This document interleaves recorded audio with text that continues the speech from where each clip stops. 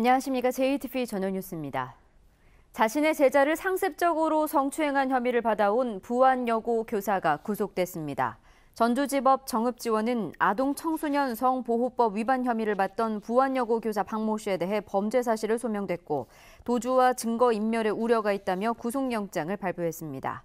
전북경찰청은 기말고사가 끝난 오늘 부안여고에 경찰관 10여 명을 보내 2, 3학년 학생 340여 명을 대상으로 성추행 등 피해 사실이 있는지 전수조사에 들어갔습니다.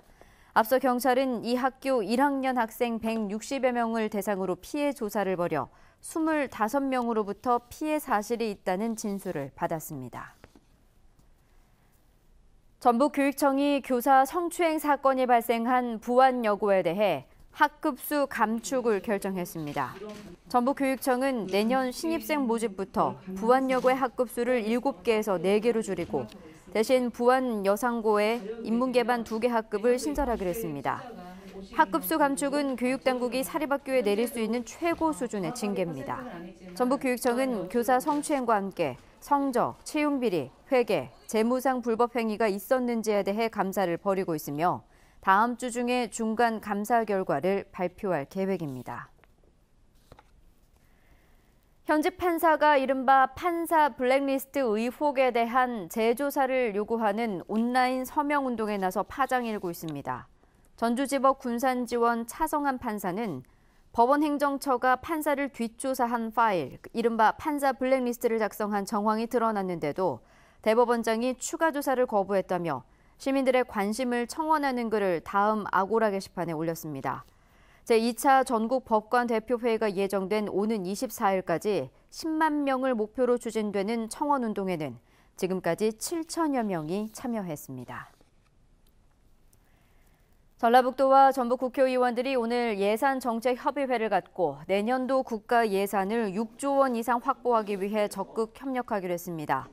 전라북도와 전북 국회의원들은 도로와 철도 등 SOC가 필요한 새만금과 국립지덕권 산림유치원, 산림치유원, 동학농민혁명 기념공원 등 국가주도의 건립이 필요한 시설을 주요 현안 사업으로 설정하고 예산 확보 활동을 강화하기로 했습니다.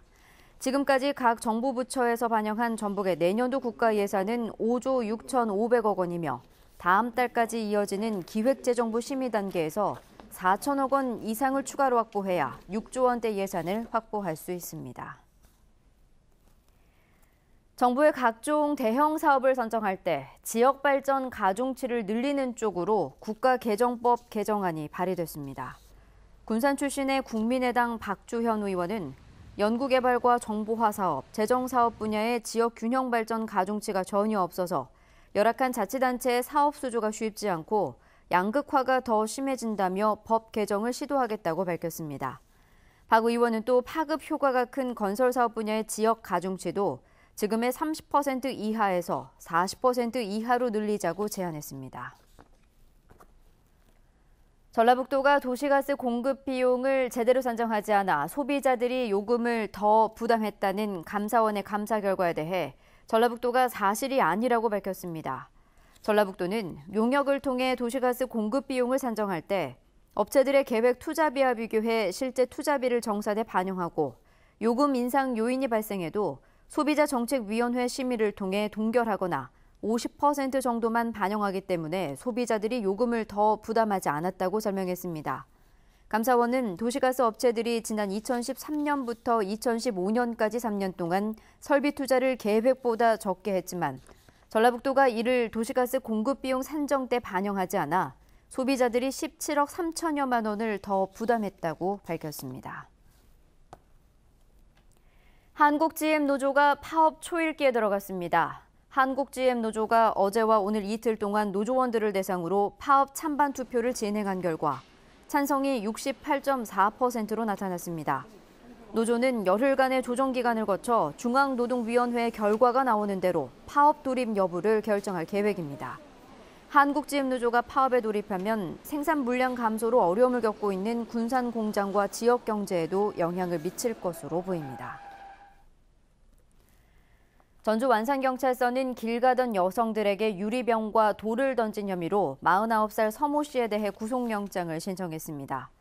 서 씨는 지난 5일 전주시 완산구 한 의류 판매장 앞을 지나던 23살 여성 김모 씨에게 유리병을 던지고 지난달 말에도 20대 여성 2명에게 유리병과 돌을 던진 혐의를 받고 있습니다. 전북은 오늘 곳에 따라 약한 비가 내렸지만 낮 기온이 대부분 30도를 웃돌았습니다. 주말인 내일은 오전부터 장맛비가 내리기 시작해 다음 주 초까지 내렸다 그쳤다를 반복하겠습니다. 모레까지 예상 강우량은 50에서 100mm입니다. 내일 아침부터 낮 사이에는 시간당 30mm 안팎의 강한 비가 내리는 곳도 있을 것으로 보입니다.